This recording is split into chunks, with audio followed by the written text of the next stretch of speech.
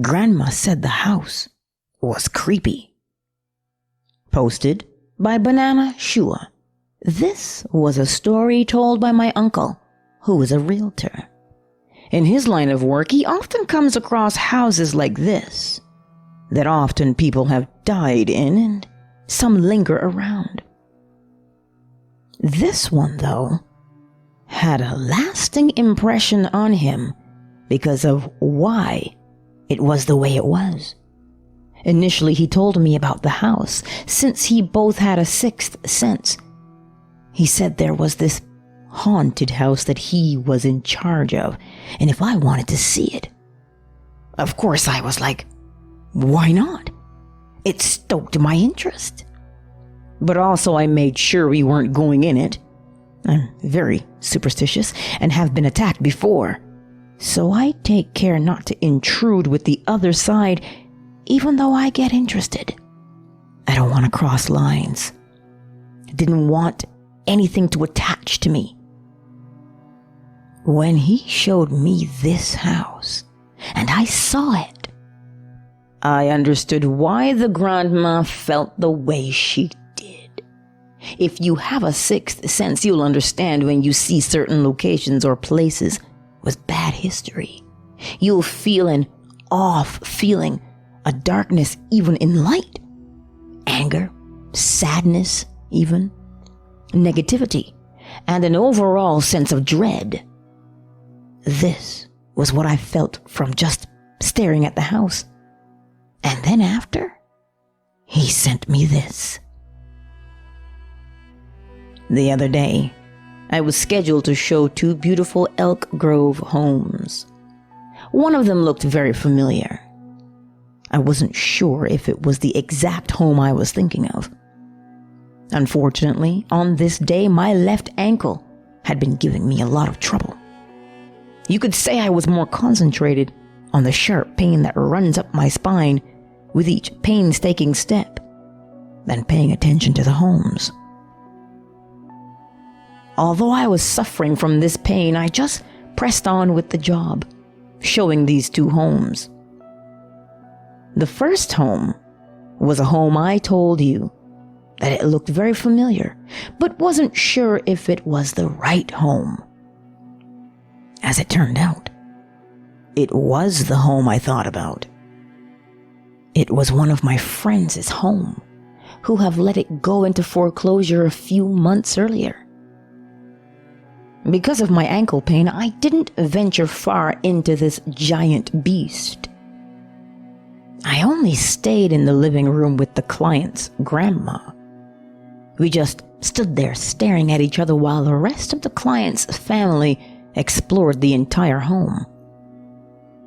The home shows very well, but there were lots of visible repairs needed in order to make it livable. There were loose and hanging wires throughout the house and floors that looked like it was damaged from flood.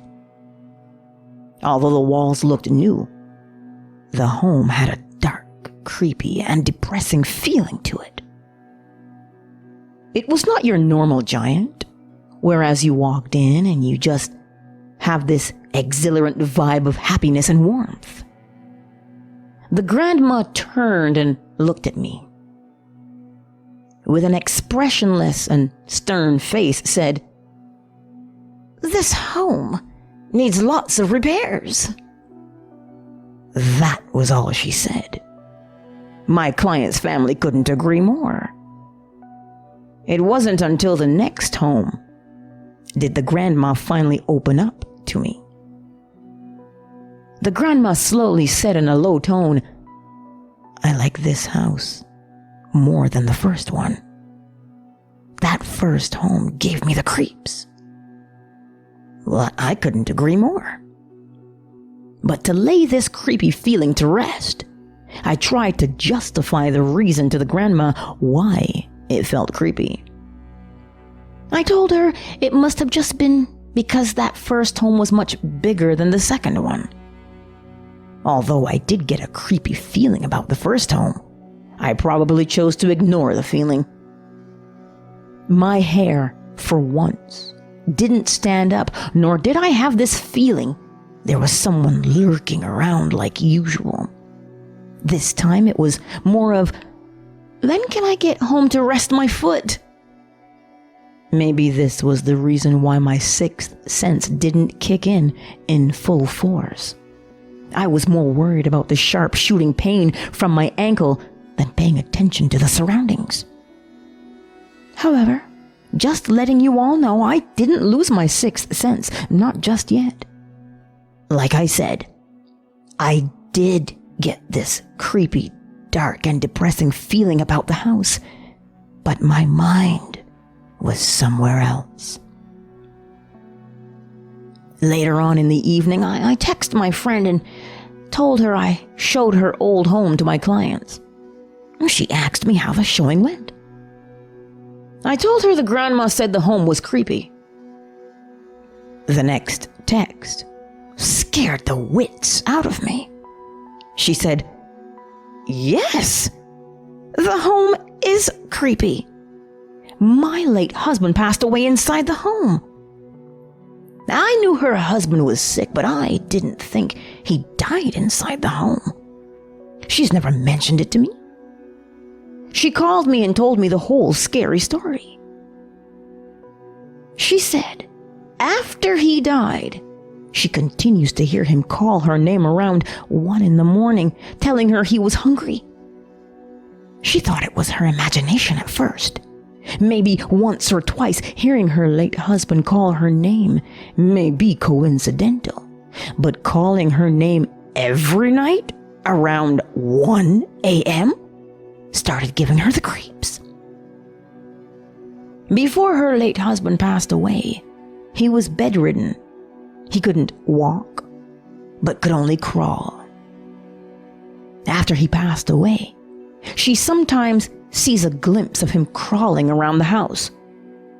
Late at night, when she was in her room, she could feel and hear him crawl throughout the house, up the stairwell and into the hallway. Since there was a huge gap at the bottom of the bedroom door, she could feel him lay his head down to the floor and peek at her. Now, those of you who had such experience knows the person being haunted will experience a telepathy connection with the spirit. The person will see exactly what the spirit is looking at. While she was in her room, in the back of her head, she could feel someone staring at her from underneath the door. Every move she makes, she could feel herself from a third person's view. She couldn't shake the feeling off. She got so freaked out she placed towels under the door every night. She told me she didn't want to tell her son because it would really creep him out. This is the real reason why she decided to let her home go into foreclosure. Paying for the house was not a problem. She could afford it. But she couldn't stand that home any longer. She said she has never been so scared in her life. One of the cons of buying a foreclosed property is that the bank is exempt from disclosing deaths on the property. This is left up to the buyer to do their own due diligence about finding the history of the home. Although foreclosed homes may be sold for under market value, sometimes it is better buying a home from a seller. Sellers are required to disclose deaths on the property within 3 years. However, it is unfortunate. Unexplained phenomena or hauntings are not part of the disclosure package. This is where you may have to rely on your sixth sense. Buyers, beware. Angel. Posted by Addison. When I was about 4, I went to the local cemetery with my aunt. She went there often to take pictures, because there were some pretty spots there. She was taking pictures of my cousins, and I ran off. And then they realized I was missing. They yelled for me. I came back, and they asked where I'd been. And I said, that I was playing with my friend Angel and that I'd take them to her grave. I did. And even though I couldn't read, I told them details about her that I wouldn't know unless I could read her headstone. Since then, I've looked into the girl and found out she's the sister of some people around my age I know in my town. She was 4 when she died. I still look for her headstone every time I go to the cemetery, even today.